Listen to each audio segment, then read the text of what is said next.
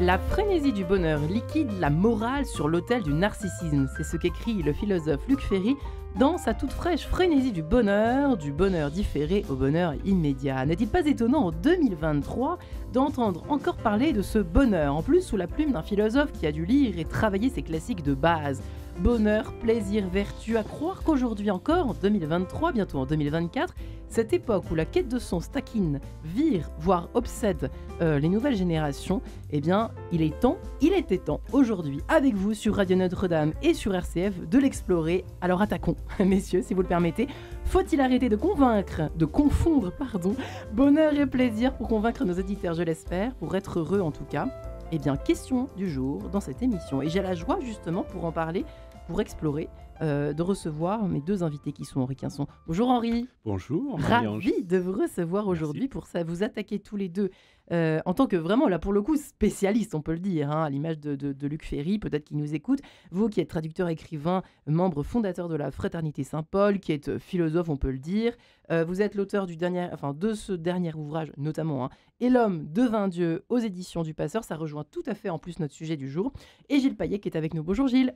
Bonjour Marie-Ange. Alors, vous qui êtes sophrologue, coach, vous avez publié tout récemment 365 jours pour prendre soin de soi, aux éditions ESF. Absolument. Et dans lequel, eh bien, évidemment, on entend forcément parler, on lit forcément un peu quand même le mot, si ce n'est le mot bonheur, en tout cas joie ou du moins plaisir. J'imagine que ça fait plaisir, ça fait partie, évidemment, c'est presque une injonction, nous dit d'ailleurs Jules Ferry. Alors oui, les philosophes parlent souvent d'injonction du bonheur, les marchands de bonheur, comme ils les appellent. Et lorsqu'on commence à creuser vos trois mots, Marie-Ange, sur ce sujet terrible que vous nous proposez aujourd'hui, le bonheur, le plaisir, être heureux, être malheureux, le pendant, etc. Ouais. C'est pas facile parce que tous ces mots se confondent un petit peu, effectivement, et votre sujet est un bon sujet. Eh bien, je vous remercie. On a 52 minutes, tout va bien. Henri Quinson, évidemment, ça vous a surpris. Enfin, évidemment, j'en sais rien, mais j'ai l'impression que vous avez été un peu surpris de prime abord par ce sujet. Mais finalement, il semble quand même d'actualité. Oui, il est complètement dans l'air du temps, tout à fait. Non, surpris qu'on m'invite moi. Je suis content qu'on pense au bonheur et au plaisir quand on m'invite. Mais en tout cas, c'est une question redoutable. Alors, le plaisir, c'est peut-être l'aspect le plus simple parce que maintenant, il y a toute une approche qui, sans être philosophique ou théologique ou anthropologique, il y a une approche, je dirais, quasi médicale du sujet, c'est-à-dire que vous avez de la production de dopamine et donc on arrive à expliquer le plaisir. Et le plaisir, d'un point de vue anthropologique, c'est quelque chose de positif tant que ça ne devient pas une addiction. C'est le gros problème du plaisir, c'est que s'il faut toujours du plaisir dans l'idée que ça c'est lié au bonheur et que donc pour être heureux, il faut avoir tout le temps du plaisir, en effet, ça va être un problème. D'une part parce qu'on peut pas avoir il y a aussi de la douleur et de la souffrance dans la vie. La Bible d'ailleurs, quand on la regarde, c'est surtout une histoire de nombreux malheurs. Oui, on est d'accord. Totalement reliés d'ailleurs à l'actualité, pour parler que du Proche-Orient. Ouais. Puisqu'en fait, Israël, Dieu lui a donné une terre, dit-on dans la Bible, mais après, il y a eu l'exil, la destruction du temple, etc. Et donc, que reste-t-il finalement de toutes ces promesses de bonheur ? Mais le bonheur, c'est plus compliqué. Alors, c'est lié à la sérotonine quand on a une approche comme ça, plutôt biologique, on va dire. Et ça, c'est plutôt l'idée de quelque chose de plus stable, de plus durable, et qui nous permettrait d'échapper à des addictions. Mais une fois qu'on a dit ça, en effet, c'est très compliqué de définir ce qu'est le bonheur. Faut-il chercher le bonheur pour lui-même ? Est-ce que le bonheur est donné par surcroît ? Parce que étymologiquement, le bonheur, il y a le mot « bon », donc ça, c'est positif, très bien. Mais heure, comme d'ailleurs en anglais happiness, happy c'est aussi l'idée du hasard. Donc le bonheur, heure c'est le hasard. Et donc l'idée du bonheur, oui, étymologiquement le bonheur ne dépend pas de nous, c'est un hasard. Et d'ailleurs on parle du malheur et le malheur s'abat sur vous, fond sur vous. Donc vous n'êtes pas maître ni du malheur ni du bonheur et donc ce serait plutôt du pile ou face. Et alors de ce point de vue-là, que ce soit le coach ou le chrétien que je suis, on est un peu démunis parce que alors si c'est le hasard pour ceux qui ne croient pas en Dieu ou la providence, ou au contraire le malheur, le diable qui est dans les détails qui vont vous abattre, qu'est-ce qu'on est censé en faire ? Voilà. Donc c'est pour ça que c'est un sujet assez difficile parce que déjà étymologiquement, l'idée de bonheur est quelque chose qui nous dépasserait, sur lequel on n'aurait pas contrôle. Alors que je pense qu'aujourd'hui, les marchands de bonheur, au contraire, vous disent: «Ne vous inquiétez pas, nous avons une solution. Nous allons vous offrir le bonheur clé en main. Il suffit de suivre nos conseils, Ouais. éventuellement contre rémunération», parce que c'est aussi un commerce Ça se monnaie. C'est terrible ce aujourd'hui. qu'on est en train d'évoquer là. Je pense que voilà, c'est ça, c'est une frénésie. Donc, hein, on peut... Alors voilà les trois, par exemple, définitions. Il y en a plein, plein, plein, évidemment. Qui n'a pas parlé du bonheur, hein, depuis Socrate jusqu'à maintenant, jusqu'à Luc Ferry. Donc. Oui. Alors, Aristote, le bonheur consiste dans la vie heureuse, et la vie heureuse, c'est la vie vertueuse. Là, il est question de vertu. Très important. Voilà, Jules Barbet d'Aurevilly, le bonheur consiste dans la vie heureuse, et la vie heureuse... Ah bah je me suis trompée. Pardon, André Mauroy, le bonheur n'est jamais immobile, le bonheur c'est le répit dans l'inquiétude. Et ben je vous avoue que j'aime beaucoup cette citation. C'est le répit dans l'inquiétude. Absolument. D'arriver à trouver dans les malheurs ou dans les moments de pression de notre vie des îlots, des laps de temps. André Comte-Sponville, vous avez évoqué Luc Ferry, vous avez évoqué bien sûr Henri Quinson qui est présent, et merci Henri d'avoir donné tout ce champ de définition qui clarifie un petit peu le sujet, puisqu'on a tendance effectivement à confondre tous ces termes. Mais moi j'aime bien la définition aussi d'André Comte-Sponville. J'ai consulté une conférence assez récemment dans l'idée de préparer cette émission, et lui parle de laps de temps. Vous parliez de durabilité du bonheur et d'objectifs un peu vains, c'est-à-dire effectivement c'est le hasard heureux, le bonheur, le malheur et le hasard malheureux, on pourrait le dire comme ça également. Et lui parle de laps de temps durant lequel toute joie est immédiatement possible. C'est sa définition du bonheur. Possible, c'est-à-dire qu'elle n'est pas là, elle est possible. Elle est possible. Intéressant, et on ça. peut l'attraper, elle est là, elle est sous-jacente, où on la vit, on vit cette joie, ou on vit ces joies. Mais il parle surtout de laps de temps. Et pour avoir un peu creusé, un peu planché sur les différentes notions que vous nous proposez en réflexion aujourd'hui, j'aime bien, moi, l'idée du temps. C'est-à-dire le bonheur sur toute une vie. Est-ce qu'on peut viser un bonheur sur toute une vie? Je pense que c'est vain. Je pense que ça n'est pas possible pour les raisons qu'on a évoquées. En revanche, on peut avoir un bonheur qui dure... est-ce qu'un bonheur peut durer 5 minutes? Est-ce que ça serait dans la définition du bonheur, d'après André Comte-Sponville? Oui, puisqu'il parle de laps de temps. Donc, il ne dit pas une semaine, un mois, une année, une vie. J'ai en mémoire aussi une mémoire d'il y a 4-5 ans, où une tante qui était à 15 jours avant son décès, donc à qui je rends visite, une tante éloignée, me dit: mais tu sais, mon Gilou, c'était la façon dont elle m'a appelé, mon prénom est Gilles, donc elle m'appelait mon Gilou, je pars sereine car je peux dire que j'ai eu une vie heureuse. Waouh, magnifique, Et hein. non seulement cette phrase, je la trouve belle, j'espère la faire mienne au moment où j'arriverai dans cette situation. C'est pas un objectif, mais j'ai ça en point de repère, du coup, depuis 4-5 ans. Et surtout, elle m'a appris que on peut faire aussi un bilan général, un bilan global de vie heureuse, donc de bonheur sur l'ensemble d'une vie. Je pense que c'est possible de faire le bilan quand on a une vue globale. Et on peut se dire qu'on a une vie avec un bonheur assez présent, ou faire une sorte de synthèse, où la synthèse, c'est plutôt le bonheur que le malheur. Je pense qu'on peut le faire quand on fait le bilan.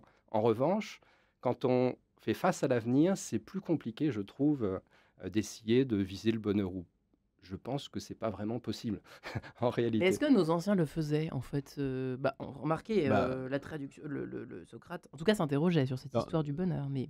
Dans la tradition juive, ce qui est très frappant, c'est que dans la prière juive, vous avez les 50 psaumes, donc dans la Bible juive et dans la Bible chrétienne, et qui sont entrés donc aussi dans la liturgie chrétienne, notamment monastique. Oui. Et le psaume numéro 1 commence par un mot qui est « heureux l'homme ». Et clairement, dans ce premier psaume, c'est l'idée qu'il y a deux chemins. Le chemin du bonheur qui consiste à suivre la loi de Dieu, la voie de Dieu, le chemin de Dieu. Après, il faut s'entendre sur les mots. Mais l'idée qu'il y a quand même une direction. Et vous avez noté ce mot vertu. Alors, vertu, je ne sais pas si aujourd'hui les gens comprennent bien ce que ça veut dire. Mais c'est l'idée de développer en soi un certain nombre de potentialités qui ont un caractère éthique et qui vont faire que... quand il s'agit de prendre des décisions, on va prendre la bonne décision par rapport à notre référence justement éthique, donc notre conception de l'homme, et si c'est sur le plan théologique, notre conception de Dieu. Et donc l'idée de faire cette volonté de Dieu, de suivre la voie qui est la voie bonne pour l'homme aussi, puisque Dieu, dans la tradition juive et chrétienne, veut le bonheur de l'homme, veut le bien de l'homme, de l'humain.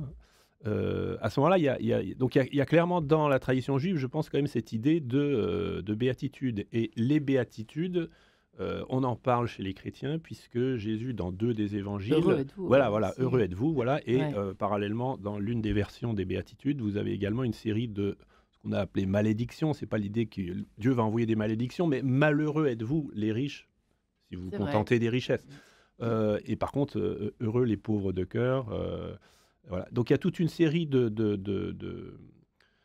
propos dans les traditions, puisque vous parliez, est-ce que les anciens se posaient ces questions? Ma réponse est oui. En tout cas, certainement dans la tradition juive et chrétienne, je pense que vous m'invitez un peu aussi pour parler Absolument. de ces sources-là. Oui, clairement, il y a des références au bonheur. Cela dit, d'un point de vue chrétien, je pense que dès lors qu'on affirme que Dieu est amour, que Jésus, qui est donc la source principale pour les chrétiens de leur sagesse par rapport à cette question, si Jésus dit que le plus gros commandement de la tradition juive, c'est aimer Dieu et aimer son prochain, si l'évangéliste Jean termine en disant Dieu est amour, on peut comprendre que l'essentiel, c'est l'amour, et que donc le bonheur n'est pas l'essentiel. On ne dit pas que Dieu est bonheur, Non, mais c'est que vrai. sans doute qu'en cherchant cette voie, que ce soit, donc je vous dis, dans les psaumes, où il y a l'indication de cette voie, enfin dans toute la tradition juive, au demeurant, une voie qu'il faut suivre, hein, le décalogue, il y a toute une série de choses qui sont, et c'est important, je pense, dans la question du bonheur, c'est qu'en effet, alors que le plaisir peut être quelque chose peut-être de solitaire, de matériel, de ponctuel, l'idée du bonheur est quand même aussi l'idée d'une question relationnelle. Ouais.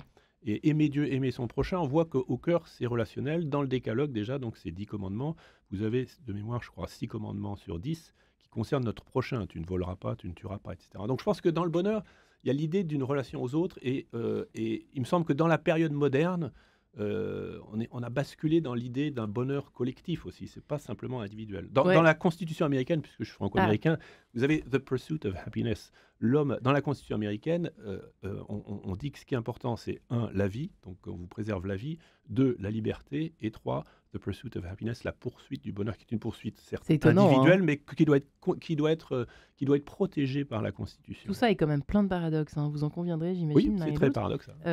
Voilà ce récent sondage.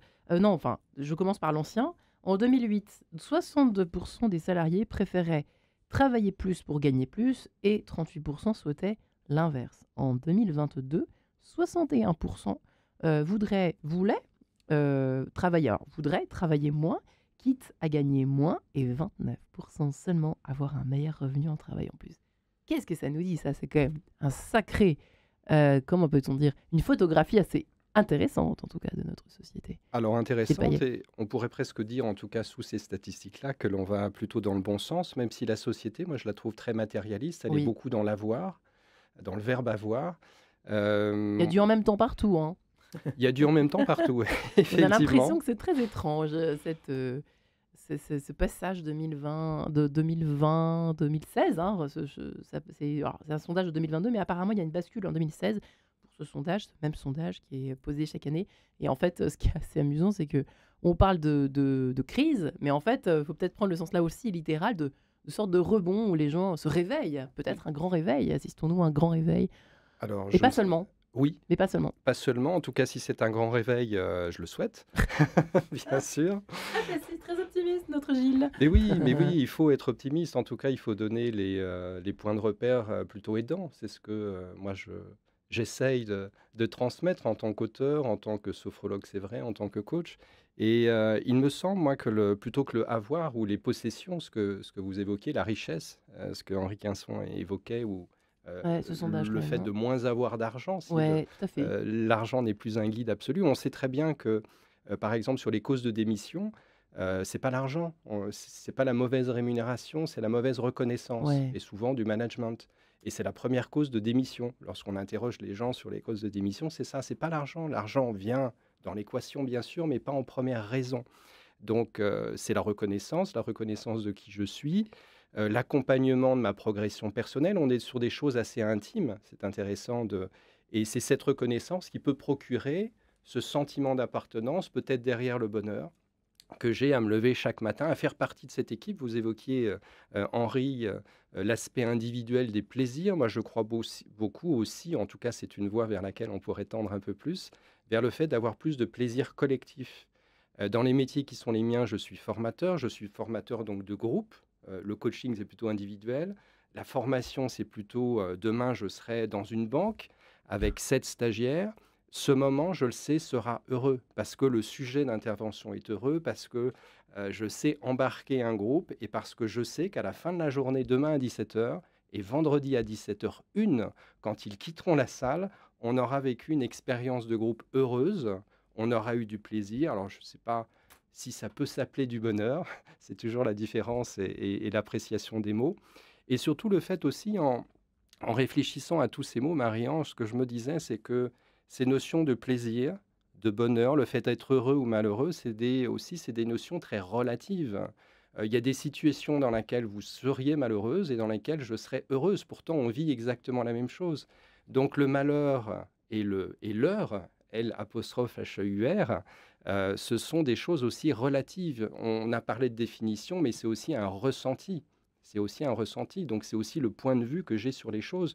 Je pensais, vous voyez, en réfléchissant à tout cela, pour avoir une référence peut-être plus en accord avec les auditeurs de cette radio, je pensais à Sœur Emmanuel. La vie de Sœur Emmanuel au Caire, une vie de dénuement, d'aide permanente.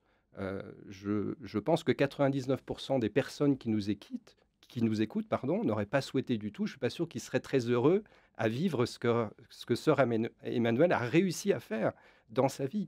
Donc, on vit des choses, on a une appréciation sur est-ce que ces choses nous provoquent de la dopamine ou pas, ce que vous évoquiez, Henri, pour l'aspect purement médical, purement physiologique ou pas. Je pense qu'on a des interprétations différentes aussi des mêmes situations de bonheur ou de malheur. Eh bien, un laps de temps peut-être parfois féerique, en tout cas, qui nous élève, celui du Corrente, sonate opus 2, numéro 3, pour violon et basse continue de Vivaldi, que nous écoutons tout de suite. Et voilà pour Vivaldi sur Radio Notre-Dame et RCF, à l'heure où nous parlons de bonne heure. Peut-être est-ce une bonne heure avec mes invités aujourd'hui. Faut-il arrêter de confondre bonheur et plaisir pour être heureux? Faut-il viser le bonheur? Faut-il viser cette laps de temps de chaque instant? En tout cas, potentiellement accessible, je ne sais pas. C'est à vous de nous le dire. Henri Quinson est avec nous, lui qui a écrit Et l'homme devint Dieu, notamment aux éditions du Passeur, qui est écrivain, qui est... Vous êtes exégète, non, un peu? Je suis, Vous êtes bon quand même, vous savez, j'ai fait théologie. Sciences Po et on est spécialiste des idées générales. C'est vrai, vous comme êtes on bon en dit, tout. soit de manière très négative, soit de manière plus positive. Non, mais surtout, j'ai eu, et ça rejoint un peu la question qu'on se posait tout à l'heure, j'ai eu plusieurs étapes dans ma vie. Certaines personnes disent plusieurs Ouais. vies, je n'aime pas cette expression, c'est toujours une seule existence. Mais comme j'ai été à la fois trader, après j'ai passé 5 ans dans un monastère à l'abbaye de Tamier, 15 ans dans une cité HLM. Après, je me suis C'est occupé peu commun. Voilà, et donc je sais que je suis dans des livres les lycéens étudient mon cas, dans le cas des mobilités sociales descendantes La volontaires. classe, Voilà, dites donc. donc je suis un cas d'école. Et en fait, ça rejoint un peu la question, c'est-à-dire que c'est vrai que dans une société très matérialiste, on peut s'imaginer que le bonheur va venir d'un certain confort matériel. Je pense que ça a été l'objectif certainement au cours de ce que Jean Fourastier appelait les 30 Glorieuses, une époque pendant laquelle il y avait de la croissance économique, de l'emploi, un pouvoir d'achat qui augmentait. Et pour les gens, et c'est tout à fait légitime, ils étaient contents d'avoir un chauffage central, une douche, et puis la télévision, etc. Donc il y avait tout ça. Et je pense que par rapport aux chiffres que vous mentionniez tout à l'heure, je pense qu'on en est un peu revenu. Et la jeune génération est à la fois confrontée à des questions très, très graves et qui sont des questions communautaires au sens planétaire du terme, qui sont la question de l'environnement, la survie des espèces et de la survie d'Homo sapiens lui-même. Donc on est rentré dans une phase qui est beaucoup plus, j'en parle dans ce livre que vous avez mentionné, Et l'homme devint Dieu, spiritualité pour un monde adulte. Je pense qu'on est rentré dans, si vous voulez, un espèce de pessimisme d'atmosphère dans lequel la question de l'espérance et du bonheur ont pris une acuité particulière, et certainement il y a eu un déplacement des curseurs, notamment par rapport au travail, puisqu'on a aussi beaucoup des questions de burn-out. Enfin, Gilles connaît sans doute ça mieux que moi. D'être malheureux au travail, le bonheur au travail est devenu un vrai sujet aussi pour les gens. Et comment on est largement rentré aussi dans une société qui est une société du loisir, du temps libre. Mais en même temps, comme aujourd'hui, il y a une question de pouvoir d'achat pour beaucoup de gens, ça devient très compliqué de savoir comment on choisit soi-même un style de vie qui peut, en effet, vous rendre heureux. Parce que mine de rien, ce qui vous a fait, enfin, sans rentrer une fois de plus dans votre parcours, on peut dire ça comme ça, Henri Casson, c'était quand même une certaine forme de bonheur, enfin de promesse de bonheur que vous Moi, visiez si vous me dans posez vos la changements. question, suis-je heureux dans mes différentes étapes de vie, La réponse était oui. ma réponse est oui. À chaque D'accord. fois, j'ai été heureux et pourtant, j'étais dans des situations tellement différentes. Et ça, d'ailleurs, C'est étonnant, hein. d'un point de vue, je dirais, expérimental, c'est-à-dire de rencontrer des gens, parce que je me rappelle quand j'allais au cinéma tout jeune à Auteuil-Bon Ciné, ici à Paris, à l'époque, c'était 5 francs la place, ça fait rêver. Ça ne nous rajeunit pas cette affaire. Il y avait une publicité qui était les bonbons créma, ça ne s'explique pas, ça se déguste. Ah, Et je dirais le bonheur, puisque c'est très difficile à définir et aussi très difficile de communiquer le bonheur à quelqu'un, je pense qu'en effet, c'est un côté un peu mystérieux, insaisissable, un peu On comme peut rentrer chez nous alors. lui-même. Voilà, c'est dit. Ouais, non, mais en fait, ce qui est intéressant, en revanche, c'est les témoins. C'est-à-dire, quand vous rencontrez des gens heureux, vous voudriez connaître la recette. C'est comme si vous mangez un bon plat, vous C'est dites vrai. comment vous avez fait ce bon gâteau. Et je pense qu'aujourd'hui, les gens s'intéressent beaucoup plus à des témoins heureux qu'à des professeurs de bonheur, parce que Ils sont peut-être malheureux d'ailleurs dans leur voilà, vie parce que personnelle. bon, si vous voulez, la théorie est une chose, mais la pratique de voir quelqu'un d'heureux, et moi, mon expérience, c'est que j'ai vu des gens qui étaient très pauvres, heureux. Donc c'est apparemment Ça pose pas. vraiment une vraie Ça ne question. veut pas dire que, bien sûr, il est légitime de manger tous les jours, d'avoir un toit, etc. Bien sûr, ça c'est. Bon, après, vous avez eu des tas de théories dont on n'a pas parlé, mais quand même celle de Maslow, par exemple, la pyramide de Ouais. Maslow, dans laquelle on a cherché à donner. Il y a des choses intéressantes dans ce point de vue n'est jamais que la vue d'un point, comme me disait un vieux moine, mais c'est toujours éclairant d'avoir d'écouter. Et l'idée qu'il y a, voilà, il y a des besoins de base qu'il s'agit en effet il s'agit d'y trouver des réponses. Donc vous avez besoin de manger, vous avez besoin aussi de sécurité. Les gens parlent beaucoup de sécurité aujourd'hui. Aujourd'hui, c'est l'un des critères. Hein, Voilà, et après, une fois que vous avez passé ces étapes, vous avez besoin d'autre chose. Et moi, souvent, les gens peuvent me dire j'ai eu une vie privilégiée, donc j'ai pu faire ces choix. Et les gens ont tout à fait raison de me dire ça. En attendant, je pense que les gens qui arrivent à un certain point dans leur existence, une fois qu'ils se sont prouvés ceci, cela, qu'ils ont pu expérimenter tel et tel plaisir, ils se posent quand même des questions qui sont des questions centrales. C'est qu'un jour, je vais mourir. Autour de moi, j'ai des gens. Et est-ce que la question n'est pas comment rendre les autres heureux? Pour moi, si vous voulez, c'est ça. Moi, si j'avais à conseiller quelqu'un, je leur dirais, moi, ma recette personnellement, c'est qu'à un moment donné, je me suis dit, il faut que je me rende heureux, moi, bien sûr, je dois me respecter, il y a des choses qui me sont absolument nécessaires. Mais arrivé à un certain point de mon existence, il y a des tas de gens autour de moi et je ne peux pas être heureux si les gens sont malheureux autour de moi. Donc, que puis-je faire avec les talents qui sont les miens, avec les occasions, les opportunités qui sont les miennes? Comment puis-je faire pour rendre les gens autour de moi heureux? Ça peut être dans votre milieu de travail, ça peut être dans des associations, votre quartier, votre famille, vos amis.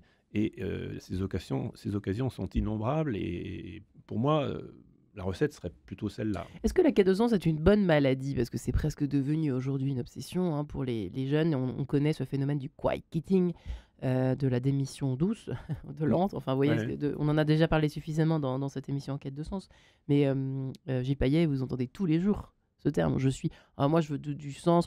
Alors, en même temps, c'est très positif. La preuve, l'émission s'intitule En quête de sens. Donc, je vais pas dire le contraire. En revanche, il y a l'obsession de cette quête de sens jamais inassouvie, quoi. Jamais, enfin, cette soif de sens. Et peut-être que c'est parfois un peu démesuré. Point d'interrogation, quel est le problème en fait? Alors, je ne sais pas si c'est démesuré. En tout cas, c'est un sujet complexe, c'est-à-dire la quête de sens, c'est-à-dire la quête de la direction. On pourrait dire que le sens est une direction. Donc, où vais-je, vers où vais-je, ce qui est un cadre rassurant. Si je ne sais pas où je vais, où je peux aller, puisque pour les jeunes, vous évoquez les jeunes, et je m'adresse moi en tant que sophrologue exclusivement aux jeunes. Donc, c'est ce questionnement du sens, je l'ai sous plein de façons, y compris avec des jeunes qui sont en dépression, Il y en a de y plus compris en plus. avec des jeunes qui ne vont pas bien. On évoquait le burn-out du monde du travail, mais le burn-out des études, ça arrive. Tout ce qu'on a vécu sur les 4-5 dernières années, il y a une augmentation phénoménale, mais je n'ai pas le chiffre en tête, mais c'est facile à retrouver, du taux des décrocheurs, c'est-à-dire les enfants qui ne vont plus à l'école. Ça tout fait 15 simplement. émissions en quête de sens là. Bon, Mais c'est ça. bah, Qu'est-ce que vous voulez? C'est comme ça, c'est la ça vie. fait plein de sujets pour nos auditeurs, pour vos auditeurs. Exactement. Gros sujet. Ouais. C'est compliqué. Donc, la quête de sens est une aspiration naturelle parce qu'on va mal, si on est perdu, si on ne sait pas où aller. Donc, ça, c'est une Mais première est-ce que ça raison. rend heureux? Le sens? Ouais, forcément. Ah, je pense, moi, que ça rend heureux. Le sens, alors c'est peut-être pas la direction, c'est peut-être une notion un peu plus riche, de savoir moi j'aime bien, vous avez cité quelques philosophes, Marie-Ange. Le meilleur conseil, presque de développement personnel ou de développement existentiel qui vient de nos philosophes de l'Antiquité grecque, c'est Socrate, c'est le connais-toi Ouais. toi-même et tu connaîtras l'univers et les dieux. C'est la fin de la phrase. Alors, c'est pas une phrase de Socrate, hein, c'est une maxime qui était inscrite sur le fronton du temple de Delphes, mais que lui a popularisée. Euh, et la connaissance de soi, c'est la connaissance de qui l'on est, avec ses talents, avec ses absences de talents, avec ses connaissances, avec ses absences de connaissances, avec ses vitesses et avec ses lenteurs, avec évidemment ses qualités et ses défauts. Et c'est la première étape pour moi, c'est-à-dire la quête de sens ou le bonheur, c'est effectivement ce que vous évoquiez, c'est d'abord être à peu près au clair, même si c'est compliqué, hein, une fois que j'ai dit ça, c'est compliqué, à peu près au clair sur ce que j'appelle nos environnements favorables, c'est-à-dire les environnements qui vont plutôt magnifier, qui vont plutôt mettre en pratique qui nous sommes avec nos qualités, nos talents, notre empathie s'il s'agit d'aider les autres, et puis les environnements défavorables, c'est-à-dire là où on va plutôt être malheureux, là où on va être dans le rouge, là où peut-être on va risquer un burn-out parce on sera pas, comment dirais-je, outillé en termes d'atouts personnels, qualités, compétences, talents, etc. Et c'est cette connaissance de soi, je trouve, qui est un bon levier, en tout cas, pour aller plutôt vers des zones, ce que j'appelle favorables, que j'appellerais pas bonheur, enfin, on peut les appeler bonheur, parce que je sais que je serai utile pour les autres, je serai utile pour moi-même, j'exprimerai finalement le meilleur de moi-même en tant qu'être humain. Voilà. Je pense que c'est un bon levier, en tout cas, pour tendre vers le bonheur. Et ça peut donner un sens à sa vie que d'être cette fameuse pierre dans l'édifice, comme on dit, c'est-à-dire d'être équilibré soi-même, à peu près OK sur le bonheur, sur avoir des moments de vie heureux, d'avoir un petit peu plus de joie peut-être que d'autres personnes, et être en capacité aussi d'être un acteur dans la société, de faire du bénévolat. Si c'est pas du bénévolat, vous voyez, en tant que coach, en tant que sophrologue, ce qui me met en joie, Marie-Ange, puisque je ne m'adresse pour la sophrologie qu'aux jeunes, c'est des jeunes qui vont mieux, c'est de donner des outils pour mieux gérer des émotions négatives, par exemple, qui vont permettre à ces jeunes, peut-être toute leur vie, de vivre mieux certains moments qu'ils auraient vécu de façon un peu plus difficile s'ils n'avaient pas eu ces outils. Donc là, on parle d'outils, on quitte la philosophie, on se recentre sur la vie de l'instant, je dirais, avec Qu'est-ce les qui les difficultés casse, à gérer. jeunes? C'est l'anxiété, l'incertitude. Qu'est-ce que c'est, Je selon trouve qu'il y a vous? beaucoup de choses alors je vais ouvrir des portes ouvertes, bien sûr. Je trouve que Internet est un outil absolument fantastique, mais un outil absolument démobilisateur. Je vais vous citer un cas enfin un cas majeur, très déroutant pour les jeunes, et en particulier pour les jeunes filles, qui est le sujet de l'estime de soi, attaché aux réseaux sociaux, où on accepte de s'aimer soi-même. Donc l'estime de soi, c'est la vision que j'ai de moi-même, pareil avec mes capacités, etc. Et c'est le regard que je porte sur moi. Est-ce qu'il est positif? Est-ce qu'il est négatif? C'est une réunion entre moi et moi. Est-ce que je m'apprécie? Est-ce que je m'estime suffisamment belle, bonne, etc. Les réseaux sociaux sont basés sur le fait de l'image, enfin de produire une image qui va être appréciée ou pas par les autres. Plus vous avez de vues, c'est-à-dire de personnes qui voient vos publications, que ce soit du texte, des images, des vidéos ou autre chose, des réalisations graphiques ou autres, et plus je serai contente. Je dis contente Contente, parce que c'est un pas sujet heureuse. majoritairement féminin, pour les jeunes filles en particulier, sur l'estime de soi en particulier. Plus j'aurai de likes de personnes qui m'envoient des j'aime, j'aime ta photo, j'aime ta vidéo, j'aime ta prose parce que tu as écrit quelque chose qui me plaît. Et c'est profondément destructeur et je trouve qu'on crée une génération, enfin d'ores et déjà elle est créée puisque c'est pas nouveau, hein, ça, je dirais les réseaux sociaux de façon très forte, ça a 4, 5, 6 ans, ça existait avant mais de façon très majoritaire, ça a 4, 5, 6 ans. C'est très destructeur parce que ça vous coupe en fait de l'autonomie qui est la vôtre, de vous apprécier malgré le regard des autres. Et votre regard dépend de celui des autres. Ouais. Et ça va, ça vient, les j'aime, j'aime pas. Un jour, vous avez 217 likes, le lendemain, vous en avez que 89, et ça va pas, Ouais. le lendemain, quand vous n'en avez que 89. Qu'est-ce que j'ai fait pour Donc, massivement, vous me posiez la provoquer ça? question sur la génération. C'est compliqué de répondre à cette question, mais Ouais. sous l'angle de l'estime de soi, d'arriver à avoir une estime indépendante du regard des autres, je trouve qu'Internet fait des ravages. Si vous rajoutez à ça Parcoursup, qui est le même supplice chinois, c'est-à-dire que pour mon avenir professionnel, pour mes études, il faut que je regarde tous les jours mon petit écran pour savoir si j'ai été accepté, si je suis monté un petit peu ou Non, mais c'est redescendu. une œuvre sadique, cette Voilà, affaire. non, mais c'est J'aurais intéressant parce que détesté c'est à un peu la vivre. même logique aussi, et en effet, ça crée beaucoup d'anxiété. Et Enfin, c'est comme ce que si je c'était constate. déjà, si on te barrait des routes d'office un petit peu. Ça donne, moi, je trouve que mais Ouais, et les puis jeunes sont très très courageux. c'est Bravo tous les les jeunes jours. qui nous écoutez. Moi, je vous embrasse, je vous soutiens. Vraiment, je vous auréole presque, vous voyez. Jean-Jacques Rousseau, il n'y a point de bonheur sans courage. Bon, ni de vertu sans combat. Il y a une citation de Sénèque que je soumets à votre sagacité, messieurs. On ne peut être heureux quand on ne vit que pour soi, quand on rapporte tout à son propre intérêt.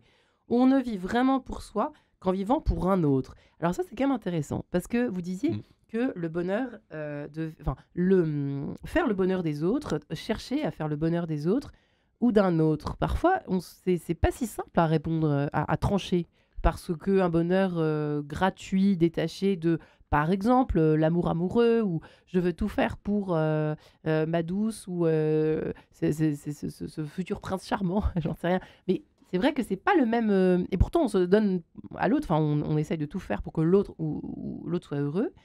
Et pourtant, ça semble pas tout à fait la même chose que le bonheur pour les autres. Ouais, mais c'est jamais simple, et je dirais que pareil, dans la tradition juive et chrétienne, et je dirais dans les traditions humanistes qui tiennent debout, la grande question, c'est le discernement. Et ça, c'est quelque chose qui s'apprend, qui est un art ou un artisanat, c'est pas une science exacte, et c'est donc difficile c'est à l'époque scolastique où on créait des cas d'école et puis on discutait à perte de vue sur le sexe des anges. Je pense que dans la vraie vie, en effet, compte tenu d'un certain nombre de circonstances, de situations, c'est pas la même chose. Si vous avez un époux, une épouse dépressive, vous n'allez pas faire la même chose que si vous avez quelqu'un qui va très bien. Et donc, il faut toujours essayer de choisir quelles sont les attitudes appropriées. Je pense que le critère, c'est quelque chose d'un peu difficile à définir intellectuellement, mais je pense que y a-t-il du vent dans les voiles, si vous voulez. Est-ce que dans vos décisions, vous avez l'impression d'être porté par une force créatrice, une paix intérieure, une joie? Il peut y avoir aussi des inquiétudes momentanées, parce que quand on prend des décisions, on peut tout à coup avoir un peu peur, mais il y a tous ces éléments-là. Il y a des éléments qui sont plus rationnels, plus objectivables, et on avance à tâtons. Je pense qu'il faut être assez humble par rapport à ça. Il n'y a pas des maquettes ou des recettes toutes faites pour être heureux ou rendre les gens autour de soi heureux. Ce que je pense quand même, c'est qu'il y a une évolution globale. On parle d'Internet. Je pense que, je mentionne ça dans mon dernier livre, c'est que quelque chose de très paradoxal, et on voit qu'il y a des gens qui prennent des positions un peu extrêmes sur ces deux sujets, qui sans doute sont vrais des deux côtés. C'est qu'à la fois, vous avez un sentiment de communauté planétaire, puisque grâce aux moyens de communication, donc on mentionnait Internet, maintenant, vous savez, les jeunes, ils ont leur cerveau dans la main, ils ont leur smartphone, dans lequel ils ont des tonnes d'informations immédiates, mais on peut vous parler de la Chine, du Moyen-Orient, on en parle tous les jours, de l'Ukraine, etc. Donc on a tout ça. On peut y être indifférent, les gens qui meurent en Méditerranée. Et en même temps, je prenais tout à l'heure les transports en commun. Chacun est dans son univers, dans sa bulle, à écouter de la musique, regarder un film ou parler à quelqu'un. Donc il y a à la fois quelque chose de très individuel et en même temps quelque chose de très collectif. Et il s'agit de mettre tout ça ensemble. D'harmoniser tout ça. Voilà, à la fois dans nos micro-communautés, les familles, les quartiers, etc. Et à la fois en France. Et voilà, exactement. Donc, écoutez, quelque chose de difficile. Je me rétablirai, peut-être que je réfléchirai à ce que vous venez de dire. Juste avant, nous écoutons Kali. C'est quand le bonheur, et c'est quand les recettes aussi, pour éviter de tomber malade tous les mois, auditeurs, auditrices qui nous écoutez, je fais appel aux médecins de tous bords, de toute région, car je n'en peux plus d'être malade tous les mois. Voilà, à tout de suite. Et voilà, c'est quand le bonheur? Et bien justement, nous sommes là pour en parler avec mes deux invités qui sont sur Radio Notre-Dame et RCF. Henri Quinson, qui est écrivain, membre fondateur de la Fraternité Saint-Paul, qui a eu 10 vies, non je plaisante, en une 7 un parcours de vie étonnant, allez, 7, on y va. Et l'homme devint Dieu, la joie La spiritualité pour un monde adulte aux éditions du Passeur qui est sorti il y a quelques temps mais qui est un intemporel. Gilles Payet est également avec nous, lui qui est sophrologue, coach et conférencier et qui a publié de son côté 365 jours pour prendre soin de moi aux éditions ESF. Alors il y a encore beaucoup de choses à évoquer, messieurs. Ouh là là là là là là, par quoi continuer cette conversation. C'est vrai qu'à l'instant, on parlait de peut-être Gilles Payet, avez-vous un avis à donner là-dessus? Est-ce que vous trouvez que, je ne sais pas si vous êtes croyant ou pas. Alors, je ne suis pas croyant, non. D'accord. J. Quinson, on va vous soumettre quand même cette espèce de constat que vous faites dans la... Attention, on n'est pas là pour taper sur les auditeurs que nous chérissons, catholiques. Nous, on aime tout le monde ici, on aime absolument tout le monde. Et vous le savez maintenant en nous écoutant régulièrement. Je suis moi-même chrétien catholique, je précise. Voilà, lui-même qui est non pas un hérétique, mais un catholique. Alors, Henri Quinson, c'est vrai que c'est compliqué cette histoire de plaisir. On n'en a pas beaucoup parlé finalement. Le rapport au plaisir chez les cathos n'est pas simple. Pourquoi ? Enfin, dans l'histoire du catholicisme français, en tout cas, vous avez la période janséniste, Oui. à l'époque XIXe. du célèbre Pascal. Voilà, et donc il y avait un rapport, si vous voulez, au corps, au plaisir, dans lequel une espèce de crainte et une difficulté à offrir et surtout vivre une synthèse entre, vous savez, votre corps a le droit d'exulter, le plaisir n'est pas mal en lui-même. Donc comment est-ce qu'on ordonne l'amour de Dieu, l'amour du prochain, et dedans il y a l'amour dans le couple dans lequel il y a la sexualité, qui est un plaisir, etc. Et ça, je pense qu'il y avait une anthropologie parfois qui était un peu écrasée, dont on revient certainement, mais si vous voulez, entre ceux qui dénoncent aujourd'hui la tyrannie du plaisir, et elle existe, c'est-à-dire cette quête effrénée du plaisir immédiat et qui devient une addiction, et puis le refus total du moindre plaisir, c'est-à-dire on mange parce qu'il faut manger, mais surtout il ne faut pas éprouver de plaisir. Ouais. Voilà, et je mentionnais pendant la pause que dans les évangiles, ça surprend souvent dans les milieux chrétiens. Pourtant, moi je suis un lecteur assidu de la Bible, mais il y a un verset dans lequel il est dit de Jésus, dans les milieux juifs de l'époque, que c'était un glouton et un ivrogne. Ça ne veut pas dire qu'il était un glouton et un ivrogne, mais on le critiquait parce qu'il passait son temps à manger avec les publicains et les pécheurs, et qu'il osait fréquenter même des prostituées, non pas pour comme clients, mais parce que il disait que, notamment cette phrase, les prostituées arriveront devant vous au paradis. Oui, vous voyez, donc vrai. des choses qui paraîtraient très choquantes. Ouais. Pour ceux qui ont une vision très, comme je vous dis, très janséniste Presque puritaine, d'une certaine voilà, façon. puritaine. Vous trouvez sens le américain. puritanisme effectivement dans les confessions protestantes. Donc voilà, il y a en effet une juste articulation à avoir entre plaisir, bonheur, la relation aux autres, la relation aussi à soi-même. Ouais. On parlait tout à l'heure de mésestime. Pareil, les 7 péchés capitaux qui datent d'un moine qui s'appelle Évagre le Pontique sont devenus un truc. Bon, alors la gourmandise, j'ai connu ça moi-même avec ma grand-mère américaine, où voilà, la gourmandise c'est pas bien, donc un seul chocolat, pas 3, et ça c'est dérisoire. C'est ce que j'apprends à ma fille. Pour un médecin aujourd'hui, la question de la gourmandise, c'est est-ce que vous êtes boulimique ou est-ce que vous êtes anorexique? C'est de la maladie. C'est des pathologies. Pathologique. Et au milieu, vous n'allez pas non plus passer votre journée à vous demander est-ce qu'il fallait prendre 1 ou 3 chocolats. Ah, détendez-vous. Ouais. Détendez-vous, il l'a dit. Enfin, ça fait une bonne piste. Moi, j'aime bien cette réponse à la question posée au début de l'émission. Gilles Payet, alors peut-être une réaction d'abord. Est-ce que vous partagez ce point de vue d'abord au niveau de la société française, vous qui recevez justement ces jeunes générations? Qu'ont-ils comme rapport avec le plaisir? C'est intéressant ça.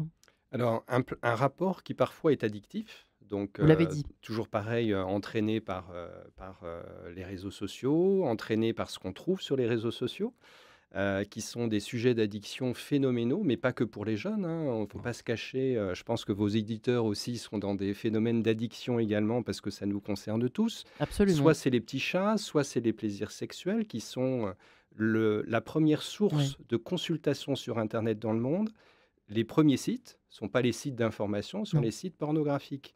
Donc c'est vrai pour les adultes, c'est vrai, et là à nouveau, c'est une catastrophe sur la construction intellectuelle, la vision de la femme par les garçons, la vision des hommes par les filles, etc.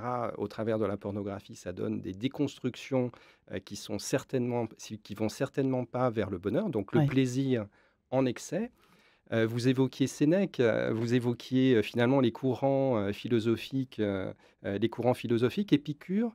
a défini, parce que le plaisir, finalement, c'est la satisfaction d'un désir ou d'un besoin. Ça, c'est la résultante. J'ai plaisir, je ressens une émotion de plaisir parce que je satisfais un besoin ou un désir. Et Épicure a défini, et ça rejoint le propos d'Henri Quinson, a défini 3 niveaux de désir. Les désirs naturels nécessaires, boire de l'eau parce que sinon je vais mourir si je ne bois pas de l'eau, manger suffisamment parce que sinon je ne mange pas suffisamment, je meurs. Donc on se rappelle de la pyramide de Maslow qui a été évoquée, donc qui tend aussi vers cette explication-là. Le deuxième désir, c'est les désirs naturels mais non nécessaires, qui pourraient être de manger un mets raffiné, par exemple. J'en ai pas besoin pour survivre, mais donc c'est un besoin naturel, c'est quand même manger, mais non nécessaire parce que c'est pas nécessaire, ça n'est pas vital. Et puis tous les besoins non naturels et non nécessaires. Et quand on regarde la consommation notamment des jeunes, mais pas que, j'insiste sur le pas que, parce qu'il ne faudrait pas penser qu'il n'y a que les jeunes qui sont en addiction, que les jeunes, etc. Évidemment non, mais sauf que les jeunes, moi j'y suis sensible parce que je suis papa, parce que je suis sophrologue et je m'adresse qu'aux jeunes, mais ça concerne les adultes aussi. Je constate que tout ce qu'il y a sur Internet, ou une grande partie, ce sont des besoins. Si je reprends la terminologie épicurienne, ce sont des besoins non naturels et non nécessaires. De regarder des petits chats toute la journée, c'est non naturel, non nécessaire. De regarder de la pornographie toute la journée, c'est non naturel et non nécessaire, les séries, etc. Pas terrible non plus, quoi, au bout d'un moment. Alors, ça peut être nourrissant pour certaines d'entre elles. Alors, ça peut être nourrissant, mais quand vous passez 5, 6, 7 heures par jour, parce que c'est ça le sujet. 6 heures par jour. Oui, absolument. À regarder des séries, c'est ce qu'on appelle le divertissement. Donc, quand vous êtes, entre guillemets, endormi, c'est-à-dire votre cerveau, de regarder une série, c'est assez passif. C'est-à-dire que ça nous procure effectivement du plaisir, surtout si on aime bien les acteurs, si on est en... comment dirais-je, on attend avec impatience la série, l'épisode numéro 21 après le numéro 20. Parfois, on est glouton. On est comme, je reprends le terme que vous avez cité, Henri, on est glouton, c'est-à-dire on n'attend pas la série suivante, c'est-à-dire on se fait 5-6 épisodes d'affilée. L'excès, selon Épicure, ne conduit pas au bonheur. Et finalement, l'épicurisme, qu'on appelle les épicuriens, c'est la maîtrise, en fait, c'est la maîtrise de la satisfaction, c'est-à-dire effectivement, c'est 1 ou 2 ou 3 morceaux de chocolat, on ne tombe pas dans l'excès. Mais c'est surtout pas la tablette entière. Enfin, si, on pourrait dire la tablette entière, mais si derrière vous avez une crise de foie, c'est d'ailleurs intéressant parce que les épicuriens, enfin le courant épicurien est souvent caricaturé. Les gens s'imaginent que c'est des gens qui sont à fond pour le plaisir, mais non. Alors qu'en fait, c'est une modération. En latin, c'est le seul mot latin que je connaisse. In medio stat virtus, la sagesse se situe au milieu. Donc il y a cette idée de modération qu'on trouve beaucoup dans la règle de Saint Benoît. Moi, qui ai été 5 ans à monastère sous la règle de Saint Benoît. Donc il y a beaucoup dans toutes ces traditions, et c'est pareil, les 7 péchés capitaux, il y a toujours l'excès d'un côté, mais aussi l'excès de l'autre. Malheureusement, souvent on parle que de l'un ou de l'autre. Par exemple, l'orgueil, on parle de l'orgueil, mais on parle pas, je parle de la tradition catholique, aujourd'hui sans doute on le fait, mais jadis on parlait pas beaucoup de la mésestime de soi, qui est un énorme sujet. Pas du tout, on parlait que d'orgueil justement. Voilà. Donc il y a celui qui se la pète, comme on dit, mais il y a aussi celui qui se dit je suis nul. Ça, je peux vous dire que je l'entends souvent. Donc voilà, c'est une question de juste équilibre. C'est pour ça que je parlais tout à l'heure de comment est-ce qu'on arrive à arriver à une juste articulation, si vous voulez, entre l'homme. L'homme est à la fois un être de chair et de sang, donc il y a un aspect en effet biologique, et vous avez des éléments génétiques dont vous n'avez pas forcément la maîtrise. Mais grosso modo, nous suivons, sauf accident, maladie, etc., des stades de développement précis, et nous arrivons à une taille adulte, nous passons à travers différentes étapes psychomotrices. Donc tout ça est à respecter et il faut l'accompagner de manière harmonieuse. Et puis après, et donc des composantes psychologiques aussi, vous ne mettez pas la main dans le feu parce que ça brûle, etc. Il y a des espèces d'automatismes. Et après, il y a la dimension spirituelle, et je dis ça sans forcément que les personnes adhèrent à une dimension confessionnelle ou explicitement religieuse, mais une dimension spirituelle au sens où il y a une fine pointe difficilement définissable de l'homme dans laquelle il va exercer sa liberté, même si je sais que c'est un débat à contester pour ceux qui croient en l'homme neuronal où tout est écrit d'avance, mais où on n'aurait pas vraiment de libre arbitre. Mais il y a deux faits, si vous voulez. J'entends beaucoup aujourd'hui l'homme n'est qu'un animal parmi les autres, mais je réponds toujours en disant quand un animal ira sur YouTube pour expliquer qu'il est différent de l'homme, je commencerai à vous croire. En effet, nous avons quelque chose nous faisons partie de la nature, mais en même temps, nous avons une capacité de nous modifier historiquement en faisant des choix de société, etc., et qui sont largement liés à cette question du bonheur, puisque tout le monde souhaite être heureux. Alors c'est vrai qu'un dernier point à aborder avec vous, messieurs, le temps presse malheureusement, c'est comment je me raconte. Alors ça, c'est quand même pas une mince affaire, Gilles Payet. La façon dont on se raconte peut déterminer le degré, l'échelle de bonheur d'une vie, finalement. Complètement. C'est ce que j'évoquais en tout début d'émission. C'est Moi, notre j'étais regard. malheureuse, j'étais malheureux. C'est notre regard sur nous-mêmes, sur notre environnement, notre parcours, mais surtout notre regard en réalité. C'est-à-dire, je peux avoir un parcours que vous qualifieriez de malheureux, mais moi, si je le vis de façon heureuse, parce que j'ai un point d'observation qui est différent du vôtre, c'est aussi tout le thème très riche de la résilience. C'est-à-dire, je vis quelque chose objectivement de difficile, un deuil, une séparation, un burn-out ou autre. Je peux, sur cette situation, avoir un point de vue. Je parle de point de vue, c'est-à-dire le point d'observation, la juste distance de la situation, et trouver une opportunité dans cette situation. Et c'est tout le sens, vous savez, on l'a appris avec la pandémie, le mot crise, la signification, on va retourner vers la Chine. C'est rebond, c'est ça ? Oui, c'est ça, c'est-à-dire ces deux idéogrammes, le premier signifie crise au sens occidental du terme, et le deuxième signifie opportunité. Dans toute crise, dans toute situation malheureuse, si mon regard se porte d'une certaine façon, je peux y voir une opportunité. Et donc une satisfaction. Je crois que vous avez presque répondu à cette question en 15 secondes, non ? Sinon, idem, la messe est dite. Dans la tradition juive, c'est vraiment la relecture. La Bible n'est qu'une série de relectures d'événements historiques. En effet, à la lumière d'une foi, d'une espérance. Et pour les chrétiens, ça se termine par une énorme catastrophe, puisque celui qui était censé être le Messie d'Israël meurt crucifié. Donc non seulement c'est horrible, mais en plus, dans la tradition juive, ça veut dire qu'il est maudit. Donc c'est la catastrophe absolue, et on arrive par une relecture d'y trouver espérance, en l'occurrence à la résurrection, pas tellement le fait que Jésus soit ressuscité, comme j'aime à le dire, mais qu'il soit ressuscitant, car c'est ça le plus important. Avant Noël, merci Henri Quinson, Gilles Payet, merci messieurs pour cette bonne nouvelle, si je puis dire. Exactement. Merci à vous, bonne soirée à tous les auditeurs, et merci à Guillaume Nogueret pour avoir réalisé l'émission, ainsi qu'à Jessica Vianini pour l'avoir préparée.